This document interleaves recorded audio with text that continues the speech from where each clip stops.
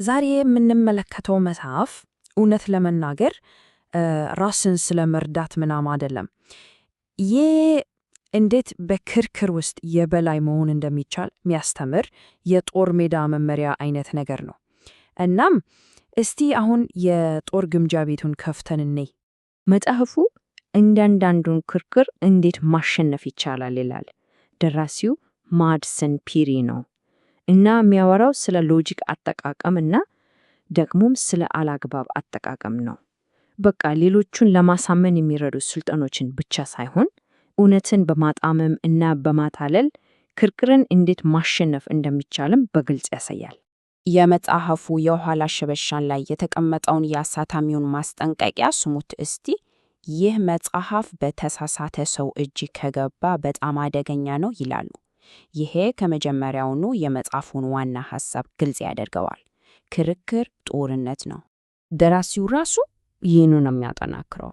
ይህ ከመጽሐፍ በላይ የጦር መሳሪያ ነው፣ የተጻፈውም ያንን የተሳሳተ ሰው ታሳቢ በማድረግ ነው ብሎ በግልጽ አስቀምጦታል። በቃ መጽሐፉ የተጻፈው ለበጎ ነገር ብቻ እንዳልሆነ ግልጽ ነው። እሺ እንግዲያው ከመጀመሪያው የውጊያ ስልት እንጀምር። ሰውን ማጥቃት። እዚህ ጋር ያለው ዘዴ በጣም ቀላል ነው። ዋናው ዓላማ የቀረበውን ሐሳብ መሞገት አይደለም። ይልቁንስ ሐሳቡን ያቀረበውን ሰው ማንነት ማሳነስ እና ዝቅ ማድረግ ነው። እና የመጀመሪያው መሳሪያችን ዘለፋዊ ተመሳሳይነት የሚባለው ነው። ይህ ማለት በቀጥታ ከመሳደብ ይልቅ ተከራካሪውን በጣም ዝቅ አድርጎ ከሚያሳይ ነገር ጋር በዘዴ ማነጻጸር ነው። ዓላማው ተከራካሪውን በስውር ሞኝ ወይም ብቃት የሌለው አድርጎ ማቅረብ ነው። ለምሳሌ ይህንን እንመልከት። ስሚስ የመርከብ ጉዞ እንሂድ ቢልም ስለ መርከብ ያለው ዕውቀት የአርሜኒያ ባንድ መሪ ስለ መርከብ ካለው ዕውቀት አይበልጥም ይላል። አያችሁ፣ አባባሉ የስሚዝን ሐሳብ በጭራሽ አይነካውም። በቃ እሱን አስቂኝ በሆነ ንጽጽር ዋጋ ቢስ ያደርገዋል። ይህ ታሪካዊ አባባል ደግሞ ምን ያህል ኃይለኛ እንደሆነ ያሳያል። አስቡት፣ የአንድን ሰው ፈገግታ በሬሳ ሳጥን ላይ እንዳለ የብር ሰሌዳ ብሎ መግለጽ። ይሄ በቀላሉ አይረሳም። ከውብ ፈገግታ ጀርባ በጣም ቀዝቃዛና አስፈሪ ነገር እንዳለ የሚጠቁም ምስል ነው የሚፈጥረው። ጥቃቱ በጣም ረቂቅ ግን እጅግ በጣም ውጤታማ ነው። እሺ አሁን ደግሞ ሎጂክን ወደ ማጣመም እንሄድ። እነዚህ ስህተቶች በጣም አደገኛ ናቸው። ለምን መሰላችሁ? ምክንያቱም መጀመሪያ ላይ ስንሰማቸው በጣም ትክክል ይመሰላሉ፣ ግን የክርክሩን መሰረታዊ አወቃቀር በማዛባት ወደ ተሳሳተ ድምዳሜ ነው የሚወስዱን። ይሄ ውጤቱን ማረጋገጥ የሚባለው ስህተት የሚፈጠረው የምክንያትና ውጤትን ቅደም ተከተል ስናዛባ ነው። እውነት ከሆነ ለይፈጠራል የሚለው ትክክለኛ ሎጂክ ስለተፈጠረ ብቻ እውነት መሆን አለበት ወደሚል የተሳሳተ ድምዳሜ ይለወጣል። ለምሳሌ ይህንን የእንቁላል ምሳሌ እንይ። እንቁላል ብጭሎ ይሰበራል። ይህ እንቁላል ተሰብሯል፣ ስለዚህ እኔ ነኝ የጣልኩት። ሎጂኩ ስህተት መሆኑ በጣም ግልጽ ነው አይደል? አዎ እንቁላሉን መጣል ሊሰብረው ይችላል፣ ግን እንቁላሉ የተሰበረው የግድ እኔ ስለጣልኩት ብቻ ነው ማለት አይደለም። ድመት ከጠረጴዛ ገፍታው ሊሆን ይችላል፣ ወይ ከከረጢት ወድቆ ሊሆን ይችላል። በቃ ብዙ ምክንያቶች አሉ። እና ይሄ ስህተት በእውነተኛው ዓለም በተለይ በፍርድ ቤት ውስጥ በጣም አደገኛ ነው። አንድ አቃቤ ሕግ ወንጀለኛው እንዲህ ያደርጋል ብሎ ከዘረዘረ በኋላ ተከሳሹ ደግሞ እንዲህ አድርጓል ብሎ ሊያቀርብ ይችላል።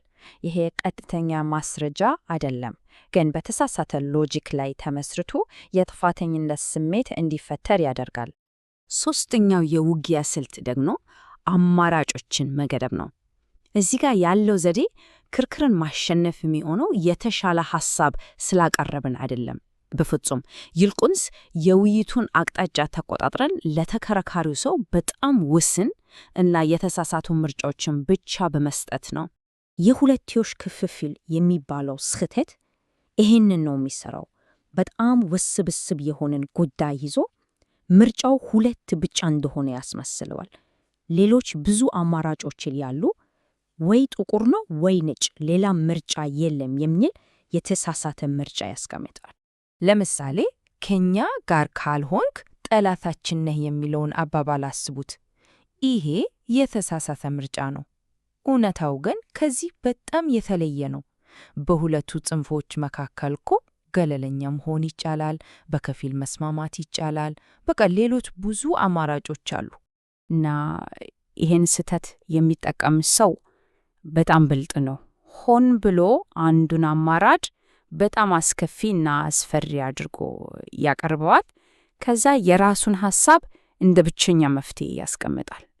እናም ሌሎች አማራጮችን ከመመርመር ይልቅ ወደ ቀረበው የተገደበ መንገድ ብቻ እንድናመራ ግፊት ይፈጥራል።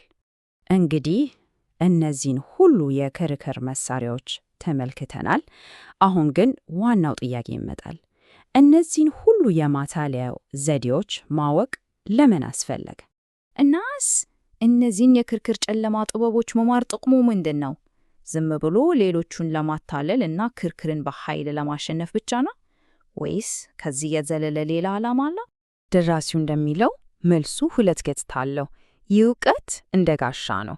ሌሎች እነዚህን ስህተቶች ሲጠቀሙብን በቀላሉ ለይተን እንድናውቅና ራሳችንን እንድንከላከል ይረዳናል። በሌላ በኩል ደግሞ እንደ ሰይፍ ሆኖ ክርክሮቻችንን ይበልጥ አሳማኝና ጠንካራ ለማድረግ ያገለግለን ይችላል። በመጨረሻም የሎጂክ ስህተቶችን ማወቅ የመከላከልም ሆነ የማጥቃት አቅም ይሰጠናል። እናም ትልቁ መከላከያችን ሌሎች ሲጠቀሙባቸው የማወቅ ችሎታችን ነው። ስለዚህ ይህ እውቀት ክርክርን ለማሸነፍ ብቻ ሳይሆን በዙሪያችን ያለውን ዓለም በበለጠ ሂሳዊ እይታ እንድንመረምር የሚያስችለን አዲስ መሳሪያ ነው።